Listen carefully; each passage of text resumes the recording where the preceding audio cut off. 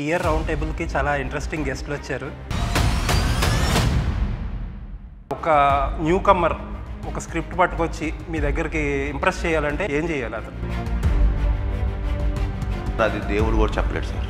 Okay, ఎంత అవుతుంది cinema start చేసిన అంటే అప్పుడు ఎవ్వరూ చెప్పలేరు.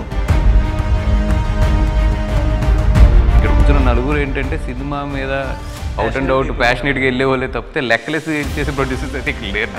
ఆ గేమ్ చేంజర్ ఒక రోజుకి ఎక్కువ ఎంత ఖర్చు పెట్టుంటారు సార్? హయ్యెస్ట్ నేను లెక్కేసినప్పుడు హీరోయిన్ చుట్టూరు ఒక 6-7 మంది ఈజీగా వస్తారేమో. ఒక 60 నుంచి 70 వేలు అవుతుందేమో రోజుకి. సరే పోతే పోయింది, ముందు వాళ్ళు కంఫర్ట్గా చూడండి. మనం షూటింగ్ అవుద్దని ఆలోచిస్తాం, కానీ అక్కడ తగ్గిద్దాం లేకపోతే వాళ్ళిద్దరు ఎందుకు వాళ్ళు వేస్ట్ అని మనం వెళ్తే.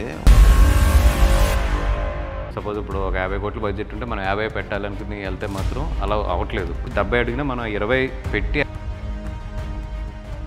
మనం ఇంటర్వ్యూకి ముందు ఒకటి మాట్లాడుకున్నాం వద్దు సార్. దసరా చేసామండి, ట్రైల్ వేసాము. మాకు అప్పుడు ఒక 4 to 5 crore అయింది. నెక్స్ట్ ఏమున్నాయని మీ దగ్గర క్వశ్చన్ రండి. అటు ఏది జరిగే కదా చచ్చి బ్యాంకులకు కూడా మనకు అంత సినిమా నాలెడ్జ్ ఉంటుంది. ఎంత ఉంటాయి సార్ సినిమా ఇంట్రెస్ట్?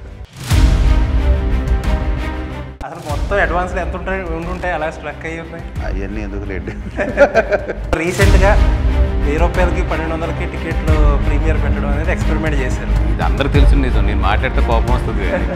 ఆ రోజు అందరూ మాట్లాడారు, ప్రొడ్యూసర్స్ అందరూ కళ్యాణ్ గారు పిలిచినప్పుడు. ఇంకా యూట్యూబ్ పబ్లిక్ టాక్లో అంత సీరియస్ ఇంపాక్ట్ చూపిస్తున్నాయి. ఇప్పుడు నీకు యావరేజ్ సినిమా లేదు.